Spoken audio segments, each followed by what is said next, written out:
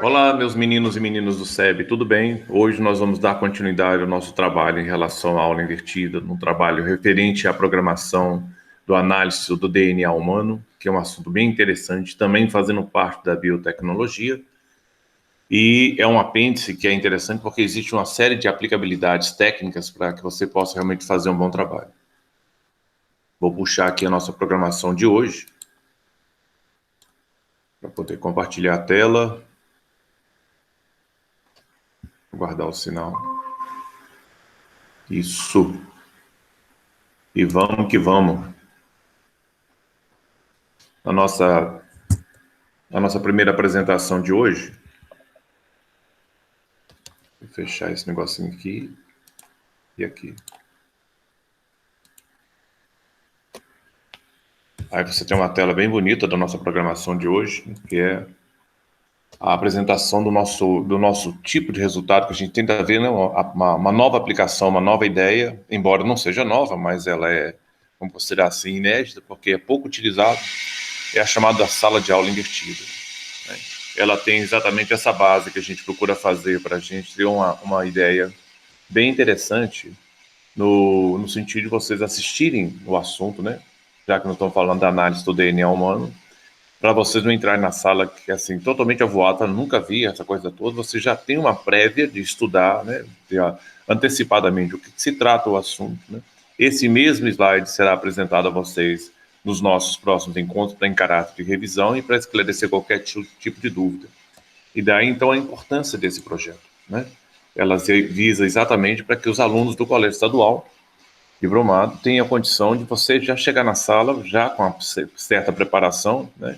E, consequentemente, a aprendizagem se torna mais fácil de você conhecer. Eu sou professor responsável pela disciplina de Biologia do Colégio Estadual e também gostaria de chamar a atenção a respeito desse projeto, né, da Biologia Passo a Passo, ele passa por um estudo particular em que é ofertado ao aluno uma série de exercícios, de textos modulados, de imagens, tá? E exercícios e também até simulados, para que ele possa ser mais encorpado na preparação da área de biologia para enfrentar a parte do Enem. Tá? Eu já tenho mais de 15 anos de trabalho nessa área, eu já tenho praticamente um raio-x em relação do que se cai e o que não cai em relação à parte do Enem, viu? Então, quem que se interessar por esse tipo de assunto, entra por esse tipo de aula de reforço, que aqui é uma aula de reforço, vocês entrem em contato comigo. É dessa maneira que funciona a aula invertida. O primeiro bloco que você tem que observar é aqui, ó, onde está a setinha aqui, ó. Os estudantes se preparam estudando para as atividades em sala, quer dizer, eles se preparam em casa primeiro, assiste os vídeos, assiste os links que são solicitados para ele poder acompanhar. Depois, né, durante, né, ele entra na parte da sala de aula, quando tiver as nossas reuniões mesmo, virtuais ou híbridas, se for vier porventura acontecer, ele pratica os conceitos aprendidos, que é uma revisão. Basicamente, o que você vê lá, ele tenta mexer com a cabecinha de vocês, né, o professor, para verificar o grau de dominância de vocês em relação ao assunto. E depois você revisa os conteúdos e estende suas aprendizagens com novas baterias de exercícios que são colocados à disposição ou novos links para vocês assistirem, né? Por recomendação do seu professor ou até colegas. De repente, vê um assunto que é bem bacana, colocado em diversos tipos de postagem que acontece no Google, né? E aí, consequentemente, você tem um assunto de um domínio mais amplo, né? E mais firme em relação a isso, que é o principal. Então, esse é o assunto da nossa aula de hoje, análise do DNA humano, viu? Que é bem interessante a forma, né, de como a gente vai poder entrar, ver como é que se deflagra essas descobertas, o que se impactou na vida humana em relação a isso, né, do nosso cotidiano. Isso é de alta tecnologia, isso é tecnologia de ponta, viu? Então, esse é o nosso primeiro bloco, e aí vem as perguntinhas, o que você de fato precisa saber desse assunto? A primeira delas é isso: como se consegue fazer leitura de um código genético, né? Dentro desse estabelecimento, você tem que conhecer os personagens envolvidos. Então, isso é um assunto que precisa de ponta do primeiro bloco que a gente viu, o primeiro assunto, né, que a gente foi apresentado a vocês, que foram ácidos nucleicos. E esses ácidos nucleicos você tem lá DNA, RNA mensageiro, RNA ribossômico e RNA transportador, né? Então, a forma de como eles se enlaçam, de como eles buscam a informação genética, de como eles se pareiam, né, para a montagem, principalmente da substância que é altamente ativa nas nossas células, que é a montagem de proteína, porque nós somos desenhos proteicos, né, nessa incorporação. O jeitão que você é pura proteína, né? E quem é o seu engenheiro maior que desenha a forma que você é o DNA. Mas para chegar nisso, meu filho, foi anos de trabalho, de pesquisa, né, de debruçar muita gente para poder realmente alcançar esse entendimento que é bem sofisticado, mas é muito bonito. Outro fator interessante que é isso. O que se entende por genoma humano é exatamente um tipo de um projeto que visa descobrir todos os genes que estão presentes no corpo humano e, ao mesmo tempo, fazer determinadas previsões, né? Porque, de repente, você pode ser portador de determinados genes que são anômalos, né? Que são nocivos, e aí você pode fazer todo um trabalho de prevenção, né? Para evitar com que haja um definhamento, né, progressivo da vida, em vez de você saber descobrir o que é, você já sabe o que se trata, né? Porque você pode diagnosticar Alzheimer, pode diagnosticar Parkinson e outros tipos de doenças, pode diagnosticar genes oncogênicos, né, que são formadores de câncer, pode ser portador deles e fazer todo um trabalho preventivo, né, para melhorar da melhor forma possível a qualidade de vida de vocês. Outro elemento também que é interessante é isso. Qual o objetivo da clonagem? Né? Nós vimos também esse assunto apresentado a vocês na parte da biotecnologia, né? Que é importante vocês terem essa ideia que clonar é a mesma coisa que copiar, né? E a partir disso você pode fazer várias cópias de um determinado tipo de indivíduo ou um determinado tipo de planta ou qualquer tipo de elementos que garantem a você uma produção bem mais fiel ou, por exemplo, até mesmo na parte da inserção de genes, né? Como a gente viu esse negócio do homem ser capaz de pegar um gene humano e inserir dentro de uma bactéria, transformando ela numa bactéria transgênica, essa bactéria passa a produzir uma substância de interesse humano, como o caso do hormônio do crescimento, como o caso da insulina e outros tipos de medicamentos aí que são usados. E aqui, para que serve a técnica fingerprint? Essa aqui que é uma das grandes estrelas que a gente tem, né? No sentido de mostrar, porque finger é dedo, print é impressão. Então, seria, ao pé da letra, seria impressão digital. Ou seja, a impressão digital nossa é o nosso próprio DNA, porque nós somos únicos e exclusivos no planeta. Então, a partir desse tipo de trabalho que a gente tem aqui a apresentar a vocês, faz com que realmente nós tenhamos uma lógica, né, de exame que é 99,99% de acerto. A não ser que a pessoa adultere a amostragem, né, que pode acontecer isso, embora seja totalmente antiético, né, mas a técnica em si para detectar, para identificar a pessoa a ser investigada na parte do teste do DNA, o famoso teste do DNA, né, tanto falado no programa do Ratinho, ele visa exatamente descobrir quem é o pai da criança, quem são os verdadeiros, né, geradores, né, genitores da parte da criança. Aí. E, por fim, o que revelou os estudos sobre o genoma humano? Essa é a grande expectativa que eu vou deixar para a gente falar mais para frente. Porque muita coisa foi revelada bastante interessante em relação ao genoma humano, né, na parte de saber correlacionar, né, os seres humanos em relação a outros indivíduos da natureza, principalmente os mamíferos. E aí o grau de comparação surpreendeu muitos cientistas, né, desse trabalho. E também o genoma humano permitiu revelar uma série de situações que podem acontecer, porventura, à frente, né? Quando a pessoa vai envelhecendo, o que pode acontecer com o organismo da pessoa. Isso é um fator bastante interessante também. Na genética molecular, é importante passar por essas etapas, né? Porque nós estamos entendendo, né, a forma de como os indivíduos ergam as características genéticas de modo bem mais destrinchado, quer dizer, observando em nível de moléculas, né? Então, aqui você tem que ter toda uma bagagem, né, de isolamento dos genes, que é difícil, né, um trabalho que é muito hercúleo, que a gente fala, pelo grande grau de dificuldade, você isolar exatamente esses genes, porque é na base da tentativa e erro. Você tem aqui depois o assunto que a gente já trabalhou, clonagem, que é a mesma coisa que copiar, né? Análise de ácidos nucleicos, porque uma vez você isolado o gene, você tem que fazer várias cópias desses genes para que ele não se perca. Né? E é por isso que você tem que fazer essa clonagem dentro dessas etapas. Né?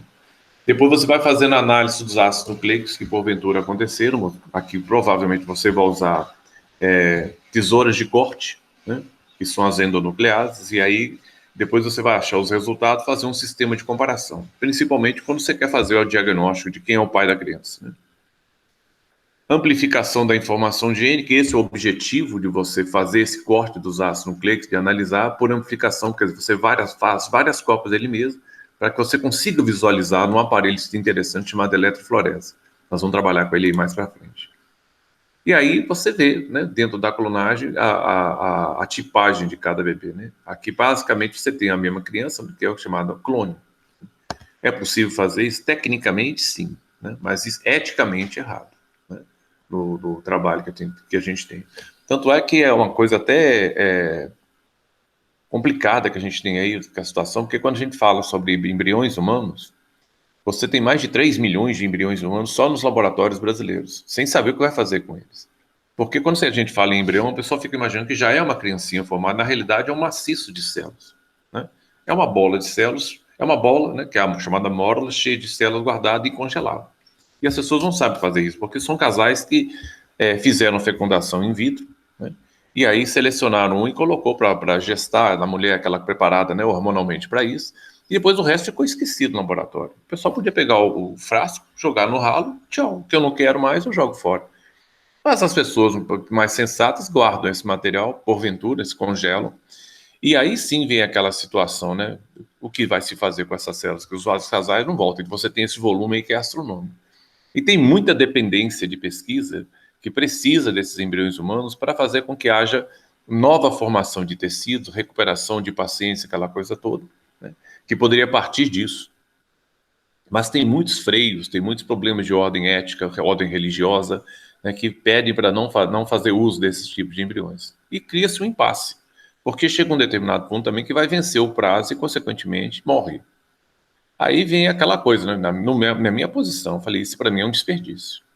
E se você jogar fora a oportunidade também de salvar outras pessoas que poderiam ser recuperadas, né, do parte do corpo dele, ele tem uma lesão neurológica, tem uma lesão hepática, tem uma lesão renal, e pode perfeitamente, a partir dessas células, né, que são células tronco, né, nesse caso aí são células totipotentes, poder tranquilamente, hoje, pelos recursos que a gente tem tecnológicos, recuperar esses pacientes de uma forma mais rápida possível, né? Isso, para mim, é o uso sensato da parte desses embriões que não tem destino para ele, viu? Quer dizer, o destino deles é serem descartados, mas isso para mim eu acho um desperdício. E o grande filé mignon que o projeto Genoma revelou para a gente é isso aí, que vocês já foram apresentados, que antigamente acreditava-se que um gene, uma proteína, e hoje a gente sabe que um gene ele codifica várias proteínas. Foi uma das coisas que o projeto Genoma, né, humano revelou. Nós temos áreas dentro de um gene que são executoras de uma programação genética, que é chamado de exon, e áreas que não fazem leitura genética nenhuma, que é chamado de intron, que eu carinhosamente chamo de intrometido, né? Mas eles são responsáveis em promover essa variante, né, dos tipos de proteínas que podem ser montados no corpo humano. E aí, quando você tem a leitura do DNA com RNA mensageiro, ele sai pré-editado, é o chamado pré-RNA mensageiro. Ele sai contaminado com exons e introns como está aqui, tá? Depois, dentro do mesmo núcleo, eu tenho um RNA chamado splicing, né? O spliciosomo, como ele é conhecido, que é um RNA tesoura, e ele retira todos os introns, né, que estão contaminando o RNA mensageiro e faz um RNA funcional. Então, esse RNA, que é chamado RNA editado ou RNA funcional, ele só tem exons na sua constituição. Ele sai do núcleo, vai trabalhar no citoplasma e monta a proteína, se reunindo ao RNA mensageiro e o RNA transportador, realizando uma leitura chamada de tradução. Essa é a parte mais legal, mais atual de descoberta que tem dentro dessas pesquisas de ordem, né, da análise do DNA humano, que é bem, bem interessante, o que o projeto Genoma permitiu, né, fazer aí. Será possível, além de isolar, sequenciar os genes? Essa é a parte que é interessante, que a gente sabe, né, que hoje tem a formação de vários cientistas que integraram nisso, principalmente esses dois aqui, ó, que é Frederic Sancher, né, criou o método enzimático para fazer isso, e o Walter Gibbs, ele criou o método químico. receberam o Prêmio Nobel de Química em 1980, quer dizer, estabelecendo as ferramentas que fazem uso desse efeito de montagem e desmontagem do gene, para que ele possa realmente elaborar uma nova sequência, para uma montagem de genes. Tá? O método de sequenciamento, ele passa por essas principais etapas. Né? Como é que eu faço esse sequenciamento de DNA? Primeiro, eu preciso de um DNA de fita simples, que ele é considerado como um molde, de uma cadeia complementar in vitro, quer dizer, isso é feito fora do corpo do organismo, isso é feito in vitro. E lógico que quando a gente fala vai montar um indivíduo, parece que a pessoa parte do nada e vai montar. Não é assim, não. Ele sempre tem um referencial. Esse referencial, para iniciar uma montagem de uma cópia, ele é chamado de molde. Né? É uma fita simples de DNA, porque o DNA é dupla. Pelo design aqui você vê, ó, o DNA é uma dupla hélice, então tem uma fita deste lado aqui e tem uma fita deste lado aqui. Então ele roda como se fosse uma escada de borracha. Mas ele só pega uma banda dessa fita, que é chamada fita simples ou molde. Depois ele utiliza o primer, né, que é uma novidade para a gente, que é uma enzima que capacita, com capacidade de iniciar a síntese de uma cadeia polinucleotídea. É ele que consegue achar o ponto de encaixe da molecular e começa a montar o novo molde, né, do novo DNA que deve ser processado aí. Aí você tem que ter nesse meio, no caso, você vai montar um novo DNA, você tem que ter uma disponibilidade de todas as bases nitrogenadas conhecidas, que são aquelas que fazem pertença ao DNA, né? Que é a adenina, que é a timina, que é exclusiva. Toda fita gênica que tem timina, com certeza é DNA, que é a estrela da fita. Tem citosina e guanina.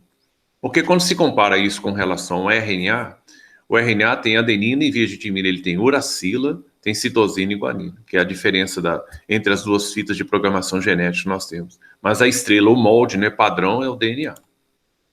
E você também tem que reconhecer também o pareamento. Quem pareia com quem? Eu tenho aqui adenina pareada com timina, tá? E vice-versa. E citosina pareada com guanina. Aqui você vai lembrar do nome de duas cantores aqui, para não ter erro aqui vocês, aqui, ó, que o pessoal dos cursinhos passam. Aguinaldo Timóteo e Gal Costa, né? Os efeitos são colocados aqui. E finalmente você usa o uso dessa enzima, né, que é a DNA polimerase, que é o DNA que junta. Não está falando polimerar, que ele vai juntando, vai polimerizando a molécula, e assim vou fazendo a nova montagem, um novo sequenciamento de DNA a partir de um molde. Tá? E eu tenho a leitura de uma fita simples de DNA, que é o molde citado no número 1 aqui em cima. Aí sim, isso levou anos de pesquisa, né, e hoje é o bam, vamos assim dizer, da área de ciência mais avançada de pesquisa que a gente tem, baseado principalmente servindo, né, como um elemento norteador de trabalhos da engenharia genética, tá? Para ele conseguir montar seres aí que são transgênicos.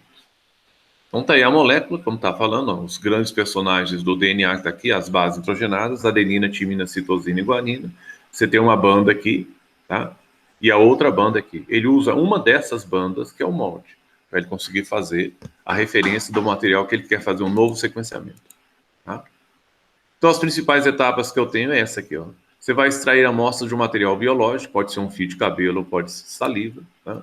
Extrai essa amostra de material biológico, tá aqui no caso também do esperma, né? do indivíduo, que pode ser colocado também em uso, né? Você repare que as amostras são fáceis de coletagem, não tem nada de sofisticado em relação a isso. No laboratório, esse DNA é extraído e fatiado e colocado em um aparelho que passa pela técnica de eletrofluorese. Né? Nós vamos ver, citar rapidamente como é que é feito isso, embora alguns vestibulares gostam desse tema, portanto é interessante que vocês fiquem atentos, né, para esse tipo de aparelho, né, que ele é muito utilizado para fazer essas cópias de DNA. Muitas vezes você vai fazer isso aqui para diagnosticar principalmente na técnica de fingerprint. Né? Você utiliza esse elemento para diagnosticar quem é o pai da criança. Tá? Principalmente, ou então para identificar quem é um assassino envolvido na coisa. Eu vou mostrar para vocês mais para frente aí. O aparelho da eletrofluorese basicamente é isso aqui, ó. Ele tem uma bateria, né, em que tem um eletrodo negativo aqui para cima e o eletrodo positivo aqui para baixo. Isso aqui é uma placa de gelatina, ele é mergulhado na placa de gelatina, e aqui você tem os pontos de depósito das amostras dos indivíduos que estão sendo investigados. Tá? E aqui você tem, ao longo deles, assim que as amostras, né, que todas elas fatiadas de DNA, né, que como diz o item 3 aqui, esse material tem que ser fatiado, então você tem tesouras, né, que são endonucleases aí, que cortam. E depois esse material aqui, ele é reposto nessa região aqui. Primeiro ele faz uma duplicação da carga de DNA para ter várias cópias, para ter um maciço de informação. Então ele vai formar um pacote da mesma cópia, do mesmo molde. E depois esse material ele é inserido todo fragmentado nessas caixinhas aqui. São pontos onde você deposita o material que é líquido, né, bem misturado. E dá um tempo para ele. Você liga o aparelho e cria um campo elétrico. Ele tem marcadores, né? Todos eles são misturados com marcadores químicos. E depois de um tempo, esse material que vai fluindo pelo campo elétrico, vai fluindo, as partes mais pesadas do corte do DNA, né, ficam na base. E as partes que são bem pequenas, bem leves, eles ficam mais distantes em relação à base. E vão se separando, e depois você faz um sistema de comparação. Quem é quem nessa história aqui? Tá? Aqui você consegue desvendar, a partir desse aparelho, quem é o pai da criança, você consegue desvendar quem é o assassino, quem matou a pessoa, que é uma parte interessante. E, curiosamente, quando você faz a chamada técnica forense, né, que é uma técnica de investigação policial, curiosamente, você tem um grande aliado, né, que você consegue desvendar quando você consegue localizar a vítima, que infelizmente faleceu, que foi assassinada numa casa. O primeiro indivíduo que entra na área é um biólogo especializado. E esse biólogo fala, ninguém entra nessa casa aqui antes de eu fazer tudo que eu quero. Ele consegue lá localizar os besouros, consegue localizar principalmente as muriçocas na casa, e captura essas muriçocas, porque dentro dela, né, pode estar o sangue da vítima e pode estar o sangue também do criminoso, porque como a muriçoca pica, ela absorve o sangue, né, a amostra sanguínea que está no abdômen dela, que pertence, pode ser à vítima e pode pertencer também ao assassino.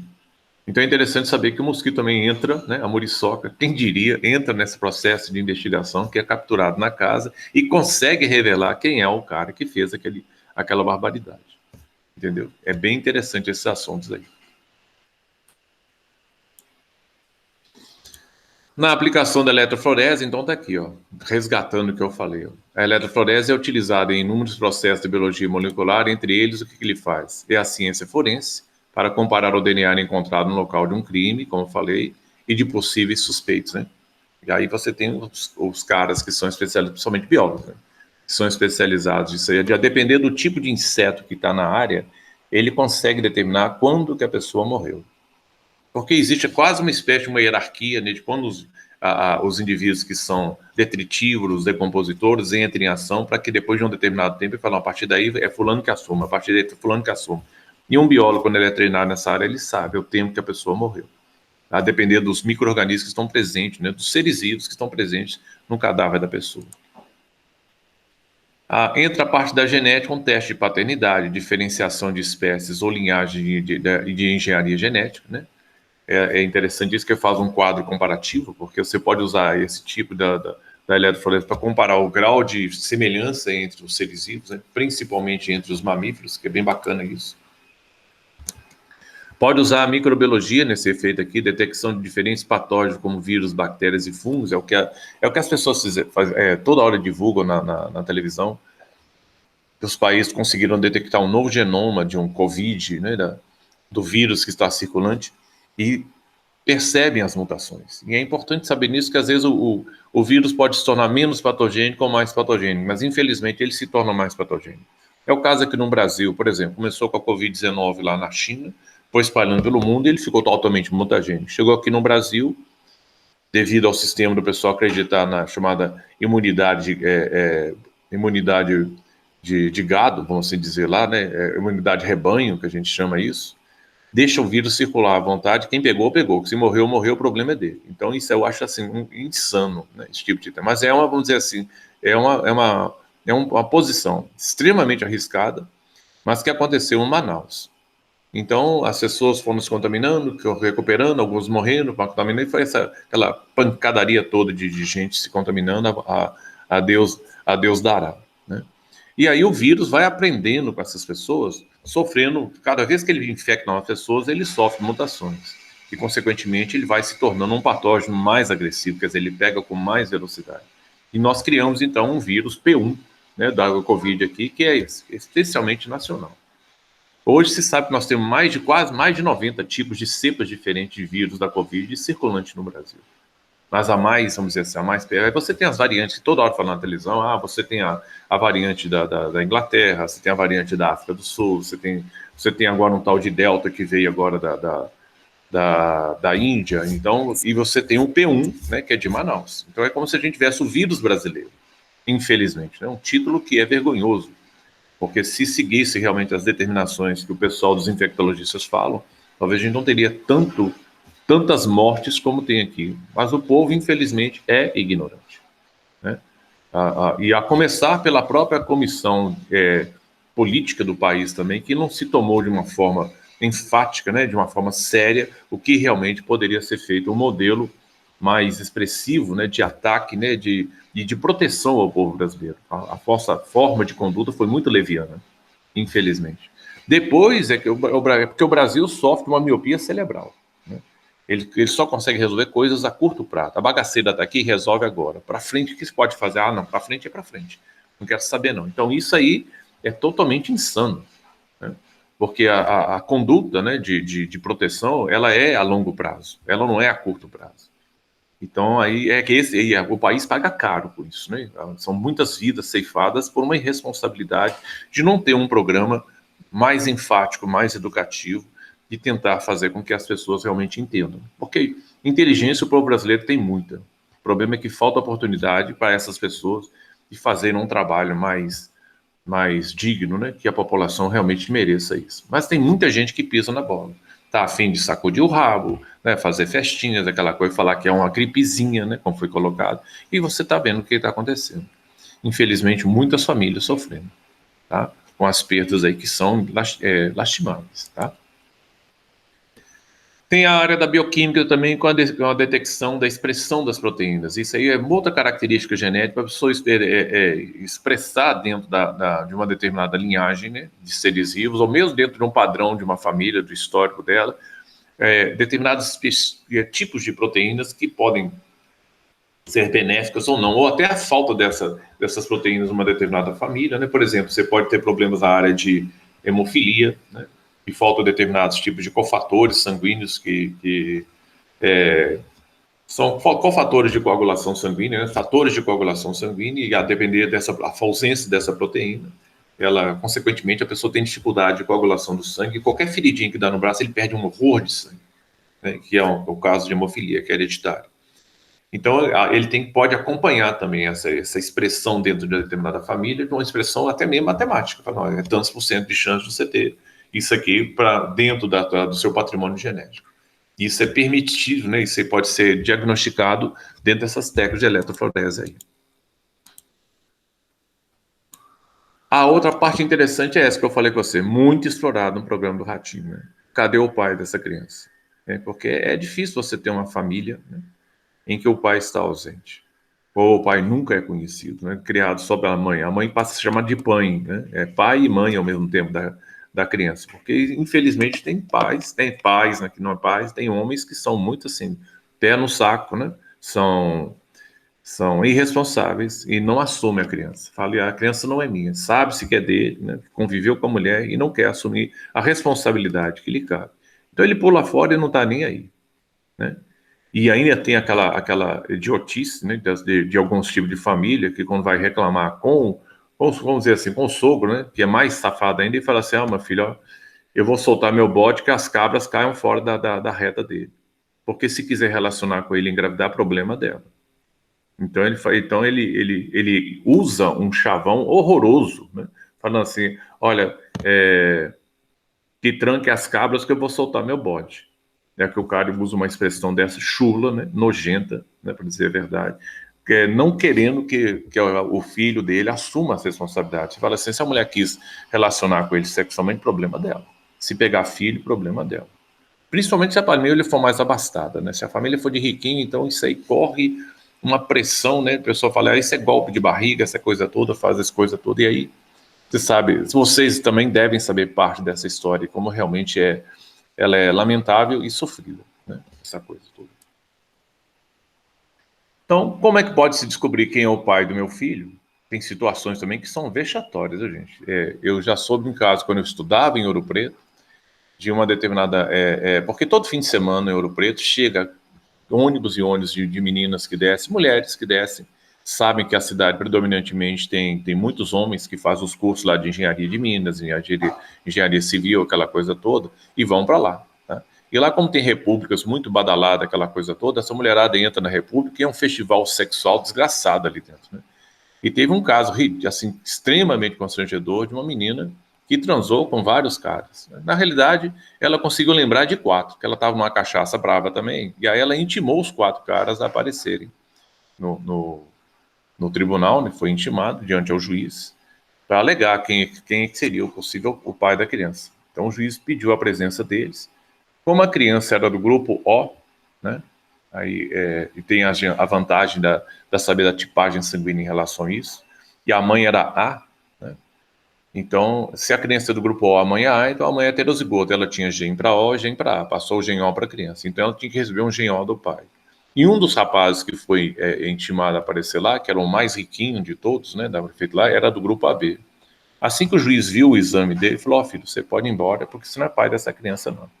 A menina deu um piti falando que ele era o pai da criança. Então o juiz olhou bem para ela e falou: você fica quieto, a sua situação é constrangedora, tá? E você não sabe o que você está falando. Esse rapaz aqui não tem condição de ser pai dessa criança de jeito nenhum. Se a criança é O, só pode receber O seu e O dele. Então o juiz também era entendedor na parte de genética, e sem fazer o exame mais sofisticado, né, ele despachou o cara, apesar da revolta da mulher, que a mulher estava afim, né, de fazer com que aquele cara fosse o pai da criança. E, na realidade, isso chama-se golpe da barriga, classicamente. Eu não sei como é que o juiz foi muito, sabe, educado, no sentido de dar na realidade, ele deve ter dado uma esculachada nela legal, né, dessa situação, que sabia que ela era golpista, né, sabia que ela estava afim de dar golpe da barriga em cima do cara. E aí ele pediu aos três indivíduos depois, não tinha alternativa para eles, porque cada um deles, curiosamente, era de grupo sanguíneo diferente. Um era do grupo O, outro era do grupo A, outro era do grupo B, teve que fazer o exame aí, que é chamado exame de DNA. Tá? E depois, o final dessa história, não sei o que aconteceu não, mas eu achei curioso quantas coisas diferentes podem acontecer nessa situação que é constrangedora. Né? Porque sexo é muito bom, né, mas exige responsabilidade. E aqui vem uma charge engraçada. Você tem o pai, tem o filho, tem a mãe e tem o encanador. Alguma dúvida? Achei esse negocinho, eu falei, gente, eu te contar esse pessoal esculhambado, viu? Para fazer esses desenhos aí com relação a alguma dúvida, quem é o pai da criança, viu? Então vamos lá. O que vem então chamada a técnica é usada para você identificar a paternidade, né, da parte da criança? Você tem aqui a técnica fingerprint, né?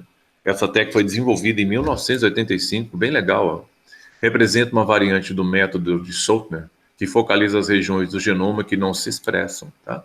Cada indivíduo é único, tendo sua própria impressão digital. Isso é que é mais legal que tem. Vocês podem se sentir assim soberbos, né? Porque você é único e exclusivo do planeta. Ninguém tem a programação genética que você tem, a não ser que você tenha um irmão gêmeo. Aí é diferente. Aí essa técnica não serve, tá? Porque a mesma programação genética você tem e seu irmão gêmeo também tem. Gêmeo idêntico do gêmeo, não é gêmeo fraterno, não. Então é isso aqui que é curioso, né? Você observar nessa ação. Se você comparar aqui, por exemplo, o casal X e o casal Y, né, sendo apontados como possíveis pais dessa criança, porque esse casal aqui não tem nada a ver com aqui, são dois tipos de casais diferentes, o X e Y. Aqui você tem que estabelecer uma congruência. Se essa criança for de fato filha desse casal, ela tem que ter na programação genética dela genes da mãe ou genes do pai. Lembre-se que metade do que você é vem da sua mãe e metade do que você é vem de seu pai. Então ele tem que ser congruente de um lado ou congruente do outro, tá? Então repara aqui, olha, quando o patrimônio genético dessa mulher foi colocado num aparelho de eletroforese fatiado, né, multiplicado, e depois foi feita a análise final, repare que o pedaço de gene da criança, né, combina com o do pai aqui, o pedaço do gene da criança aqui combina com a da mãe aqui, ó. O pedaço do gene da criança combina com o do pai aqui, combina com a da mãe aqui, ó. Combina com o do pai aqui, combina com a da mãe aqui, combina com a da mãe aqui. Então repare que essa criança aqui, ó, a possibilidade de combinação dela, que aqui embaixo também ela tem, né, combinação com o do pai aqui. Repare que a combinação dela aqui bate com os dois certinho. Então essa criança tem 99,9% de chance de ser exatamente filha legítima deste casal. Aqui é interessante, ó. Se você pegar essa criança e comparar com o casal Y, repara que ela aqui não tem referência nem com a mãe e nem com o pai. Então essa criança não pode ser deste casal. Porque não guarda referência. Ou ela tem um pedaço da mãe ou tem um pedaço do pai. Tá? Repare que aqui ela bate com o da mãe, mas aquela não bate, nem quando o pai, nem com a mãe. Também não bate também quando o pai, não bate. Vem estar aqui também não bate quando o pai. Então essa criança não pertence a esse casal, seguramente não pertence a esse casal. Porque a programação genética dela difere da programação genética deste casal. É isso aí que tem que ser levado em consideração. E é assim que é feito o exame, né, de fingerprint, né, usando um aparelho chamado eletrofluorese. Repara aqui na base que está colocando, é a base onde ele coloca o material genético da mãe, da criança e do pai, liga o aparelho, né, cria-se aquele campo elétrico que é colocado numa placa de gelatina, ele sai migrando, tem marcadores que são fluorescentes, ele ilumina isso aqui com uma luz especial fluorescente, ele brilha, né, que isso é feito no escuro, depois ele fotografa e depois ele compara. Ele tem um gráfico, tem um sistema de linhas, ele compara o grau de semelhanças, né, de congruência que existe nessas faixas de distribuição do DNA da mãe, da criança e do pai ao longo da placa. Tá? Isso aqui é como se fosse a placa do aparelho, né, de agar, né, que é uma gelatina, que ele desliza esse material aqui ao longo do sistema, né, de forma eletrônica. Olha como é que é interessante isso aqui. Ó. A quem pertence a criança? Outro problema aqui. Se você for analisar aqui, é que você tem o DNA da mãe, o DNA da criança. Repare que o DNA da criança aqui bate aqui, ó. O DNA da criança bate aqui, o DNA da criança bate aqui, tá? Então ela tem patrimônio genético da mãe dela. Agora, o restante que aparece aqui, ó, dela, o defeito, isso aqui, vem do pai, ó. Esses dois aqui vêm do pai. Então a questão é você localizar, né? Onde está esse aqui, onde está esses dois aqui, porque o restante é da mãe. Olha aqui, ó, daqui, se você comparar em linha, for passando por aqui, você acha do pai 2 aqui, ó. Repara, você acha do pai 3 e também acha do pai 2 aqui, ó. Tá? Possíveis pais, né? Aí você pega esse último aqui, você vê vindo pela linha de comparação daqui, ó, da mãe. Este aqui acontece que encontra-se nesse pai, tá? Este aqui encontra-se nesse pai aqui duas vezes, congruente, tá? E também ele pode ser encontrado no pai 1. Pelo menos uma combinação deu para esse pai 1 aqui. E esse aqui está na frente, ó. Então ele é mais provável, essa criança é mais provável ser dele. E vem para cá, ó. O próximo é esse, ó. Tá aqui para o pai 2 e esse aqui bate também no pai 3, ó. O pai 3 tem 3 combinações, ele é absoluto, tá? Então essa criança aqui pertence a ele, pelo grau de repetições, né, da programação genética em linha que se faz para poder diagnosticar. Isso aí praticamente não tem dúvida, viu, gente? É 99,9% de chance de ser o pai legítimo daquela criança.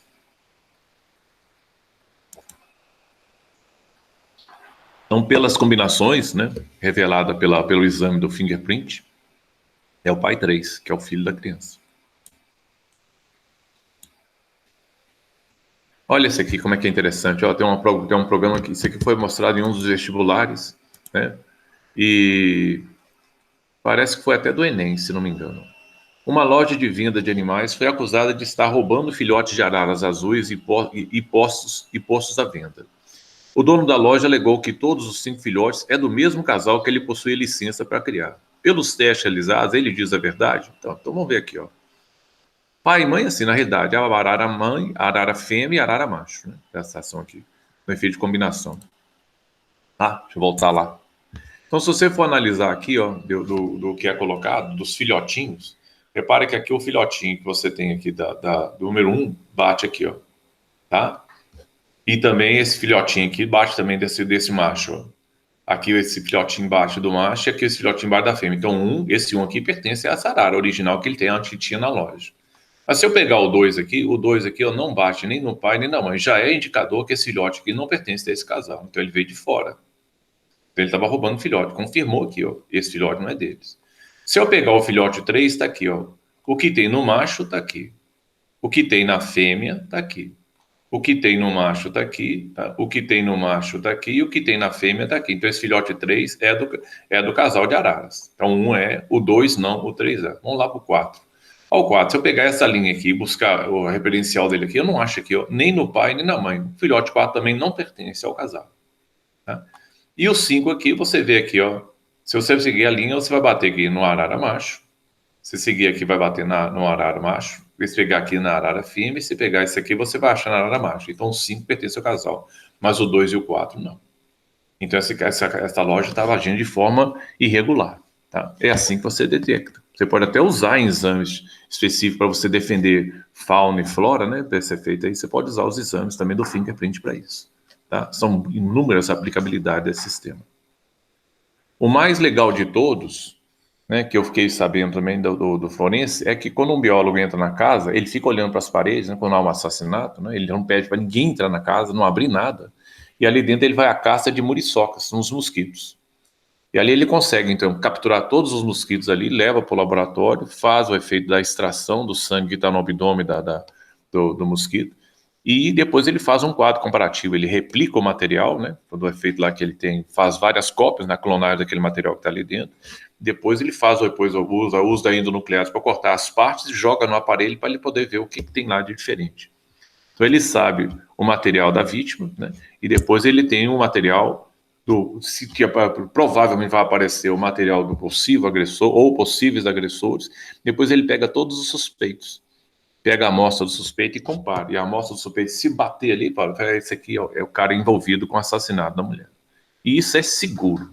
Todos os juízes sabem que o exame do forense, né, que é o chamado genética forense, né, que é uma genética de alto padrão investigativo, o erro é mínimo, né, para acontecer uma injustiça, vamos assim dizer. Então é muito legal a sofisticação nesse científico, no sentido de conseguir perceber quem é o ladrão, né, quem foi a pessoa, o homicida que matou, no caso a mulher lá, ou o homem, no caso, que foi vítima do sequestro.